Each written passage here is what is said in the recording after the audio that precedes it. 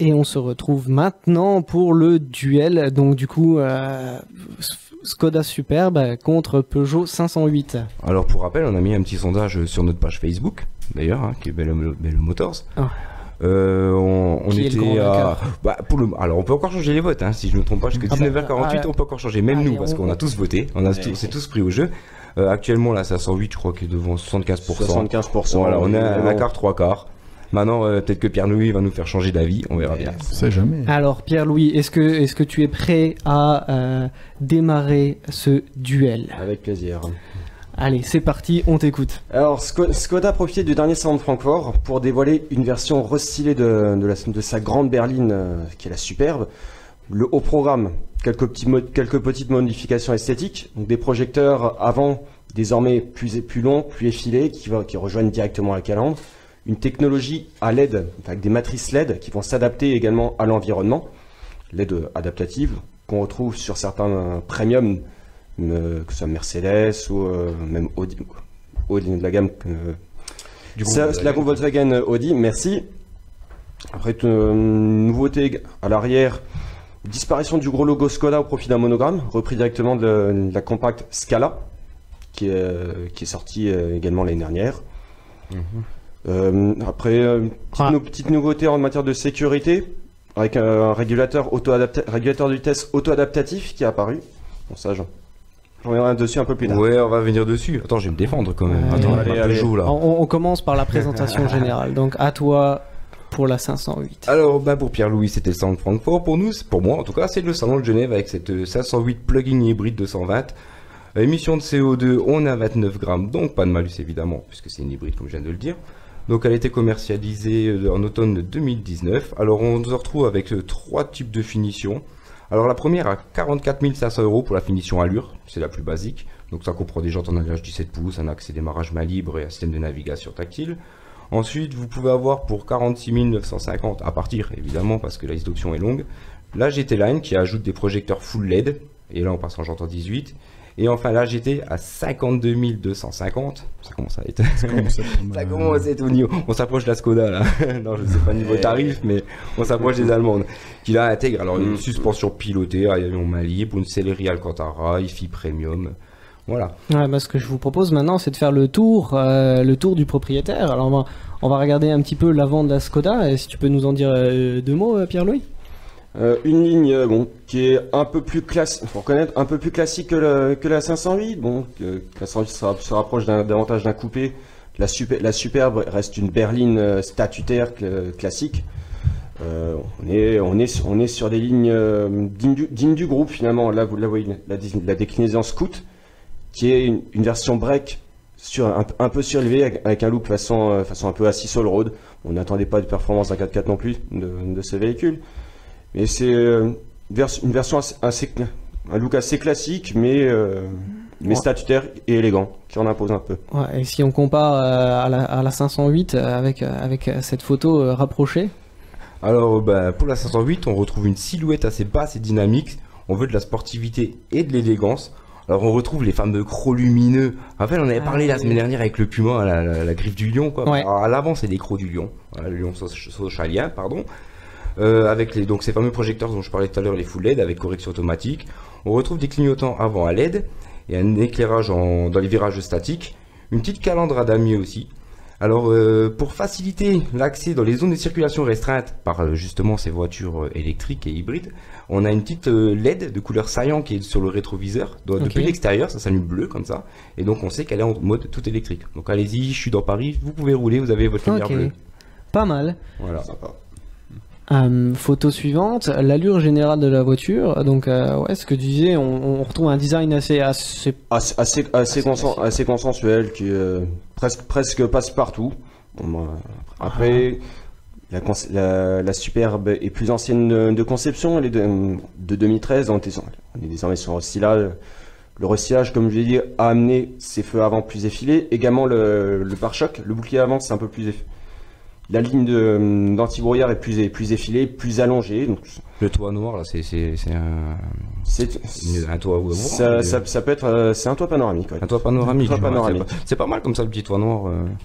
Ça fait un bon contraste avec le blanc, en tout cas sur cette couleur-là, quoi. Oui, ça le rend bien. Là, on est sur une finition sur le modèle hybride, justement, donc qui est la grande nouveauté amenée par ce recyclage. Ça, je reviendrai dessus un peu plus tard. Si on compare à la 508, aussi en modèle blanc. Ben en fait, c'est toujours pareil. La 508, un peu comme la Skoda, elle a aussi un modèle à la base de 2014 qui a été restylé.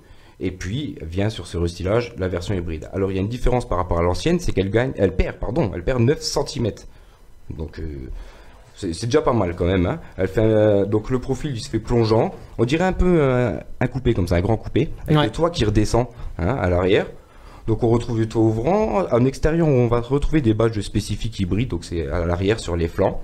Voilà, pour indiquer un peu son appartenance à l'univers hybride du coup. Et sinon, bah, moi je trouve assez élégante comme ça. Alors on retrouve aussi des portes sans cadre. Ça j'aime bien. Je sais pas vous, mais moi c'est plutôt pas mal au niveau esthétique. Voilà. Alors ce qui est marrant, c'est que vous voyez là sur la photo, la trappe électrique est à gauche, la trappe à essence est à droite.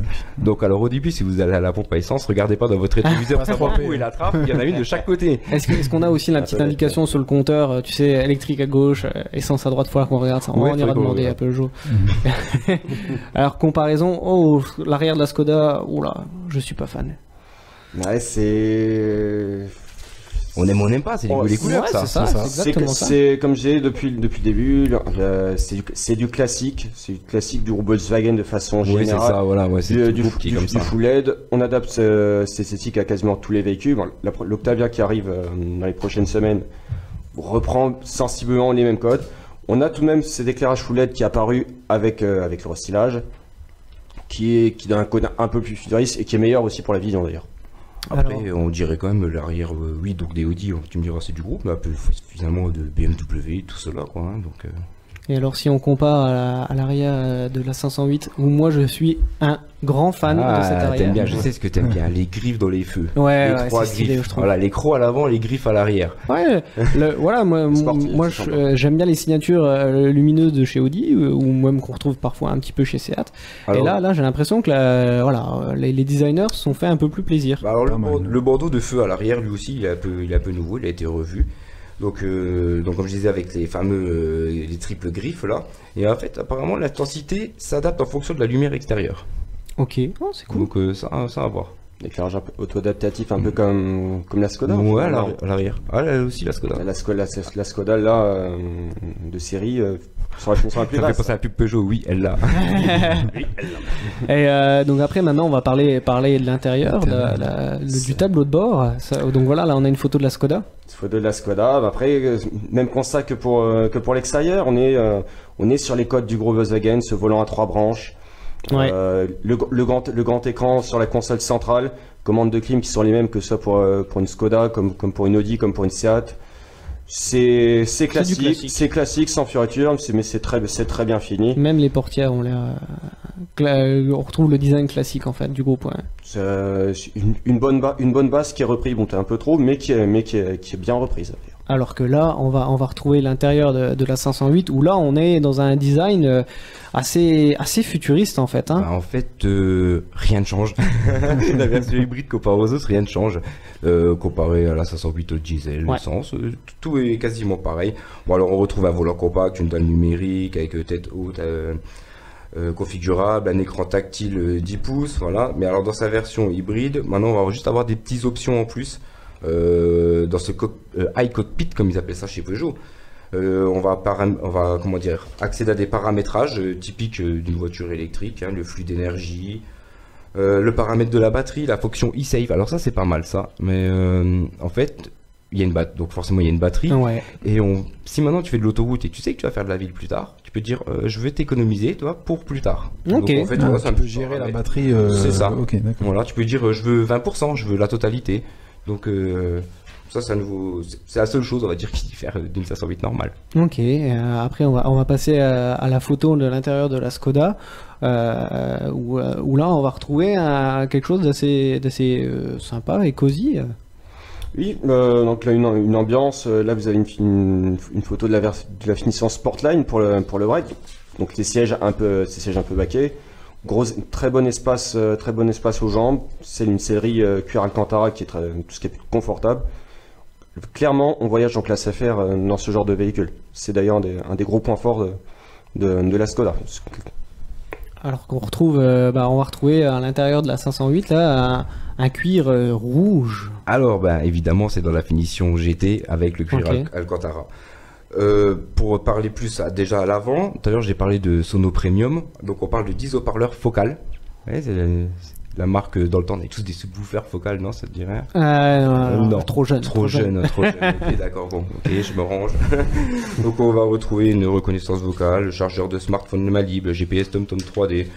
On peut souscrire aussi à un abonnement Free to Move, alors c'est pour les bornes de recharge. Ok. Voilà.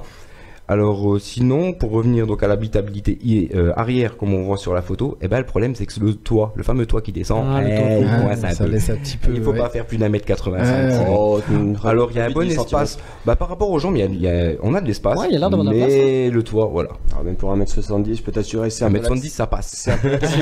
C'est quand même un peu agréable pour s'asseoir. Sinon après il reste le coffre. Ouais, voilà. Aussi. On retrouve la photo de l'allure générale parce que on va parler maintenant de points qui sont importants quand on compare de voitures. C'est notamment la sécurité. Sécurité, donc d'équipements classiques, donc 7 airbags, régulateur, limiteur de vitesse, adaptatif comme je l'évoquais précédemment. On a donc un pack d'office, un pack visibilité avec phare à LED, allumage automatique des phares, capteur de pluie, du premium dans toute sa splendeur. C'est série tout ça. Et du côté de la Peugeot, bien, j'ai oublié une option de luxe qui est désormais de luxe.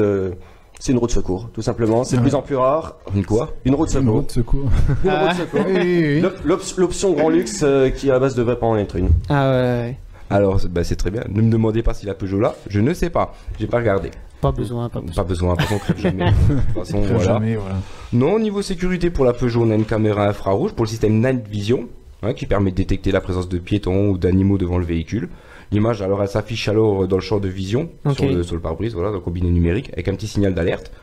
On peut accéder avec des packs. Alors, je vais revenir aussi avec ça, c'est que on peut avoir la liste d'options est très très longue aussi. Donc en fait, toutes les options qui sont sur la 508 normale, on la retrouve sur la 508 hybride.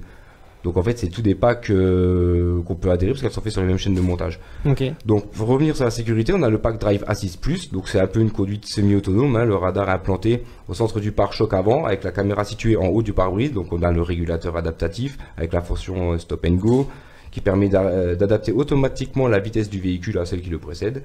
Voilà, bon ça, c'est pas une nouveauté puisqu'il existe déjà sur l'ancienne 508. Et il est couplé au système de maintien de la position dans la voie. Et on a un pack Safety Plus. Alors il comprend le freinage automatique d'urgence avec le risque de collision distance alerte. Donc c'est une alerte active contre le franchissement involontaire de ligne et d'angle mort par là. Pardon, je me suis perdu dans mes textes. Et dernier point avant de te faire notre conclusion, c'est tout ce qui est motorisation et donc batterie, puisqu'on parle de modèle hybride. Je n'avais pas encore parlé du modèle hybride, maintenant c'est désormais le cas. Donc un moteur 1,4 litre TSI de 156 chevaux essence, cumulé à un bloc électrique de 115 chevaux. Donc c'est un hybride rechargeable, donc branchable sur secteur. C'est le premier de l'histoire de Skoda.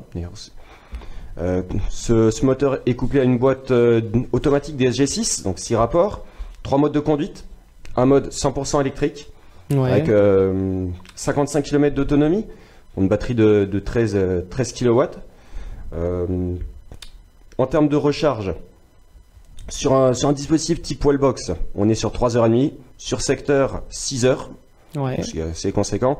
Autre possibilité pour recharger la batterie, le système de récupération de l'énergie au freinage, qui va notamment entrer dans le mode hybride intermédiaire, c'est-à-dire une utilisation alternée entre le moteur essence, le moteur électrique, qui permet une autonomie de 930 km. Pas mal. Et également un mode sport. Là, le conducteur a les 218 chevaux sous la pédale, parce qu'il peut avoir certaines sensations de conduite pas trop désagréables. Le moteur thermique, juste le moteur thermique, combien de chevaux il fait 156 chevaux. D'accord. Et combien pour la 508 alors? Je le bats. Non, alors la 508 hybride, donc du coup c'est à 4 cylindres, 1,6 litre. Donc toi c'était 1,4 litre. 1,4 litre supplémentaire. Donc PureTech de 180 chevaux. Donc piloté par une boîte automatique à 8 rapports. Ok. Donc pareil, associé à un bloc électrique de 80 kW. Alors disponible uniquement en 2 roues motrices, elle cumule jusqu'à donc 225 chevaux de puissance. Donc pareil, il y a plusieurs modes de conduite. On a l'électrique, sport, hybride et confort. Au niveau en termes de consommation, alors la 508 hybride rechargeable, elle est homologuée alors à 1,7 litre au 100. À mon avis, on peut rajouter encore 1 litre. Je suis 1,8 litre. 1,8 litre, ouais. Allez, 1 litre. Mais ta voiture fait pas partie du groupe Volkswagen? Ah si. D'accord. Et donc, 5 litres 6 sur autoroute. 5 litres 6, alors ça va alors. Et elle est homologuée donc avec 54 km d'autonomie en mode tout électrique, mais en vrai 25. J'ai vu une vidéo où tester, c'est pas du tout le cas. Alors,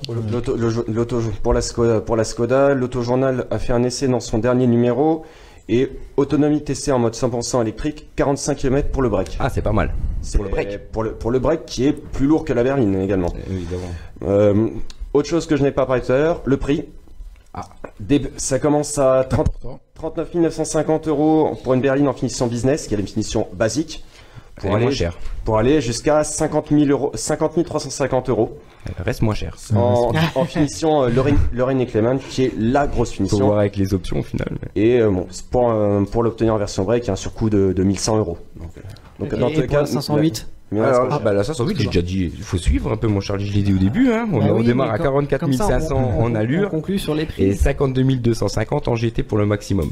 Pas mal. Voilà. Bon, alors, j'ai pas parlé de la batterie encore. Ah, excuse-moi. Ah, bah oui, hein, donc c'est une batterie de 11,8 kWh. Fabricant LG. Ok. Ça change rien de le savoir, mais voilà.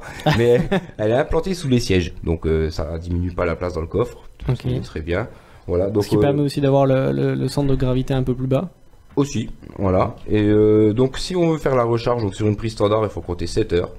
Et avec un câble spécifique, la recharge complète s'effectue au maximum 4 heures.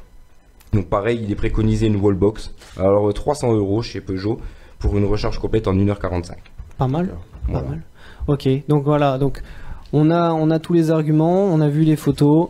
Comme vous avez défendu vos voitures. C'est Olivier et moi qui allons trancher. Ah, vous êtes comme ça. J'ai décidé, c'est nous qui allons décider. Attention. Alors Olivier, après... Moi je vote pour la Renault. Après... Le mec qui a rien suivi. Ouais. On arrive. Si on compare cette Skoda et cette 508, alors d'après quelle est ta préférence personnelle? Moi, ma préférence, c'est la 508. Esthétiquement, extérieurement déjà. Et niveau intérieur également, alors malgré le toit qui s'abaisse pour ceux qui vont derrière. Mais non, je trouve la 508 très très bien, que ce soit en extérieur ou en intérieur. J'aurais cette préférence pour ça. Alors, il faut mettre le prix évidemment, hein, plus que la Skoda. Mais je pense que ça peut être, pour quelqu'un en tout cas qui aime les voitures, très bon investissement. Une plus chère devrait arriver. Parce que j'ai dit justement qu'il y avait une traction avec un moteur. Mais il y a des bruits comme quoi, avant fin d'année, il y aurait un deuxième moteur à l'arrière pour les roues arrière. Ok. Donc, exactement. Donc, à voir. Et moi, mon avis, ça va être aussi la 508.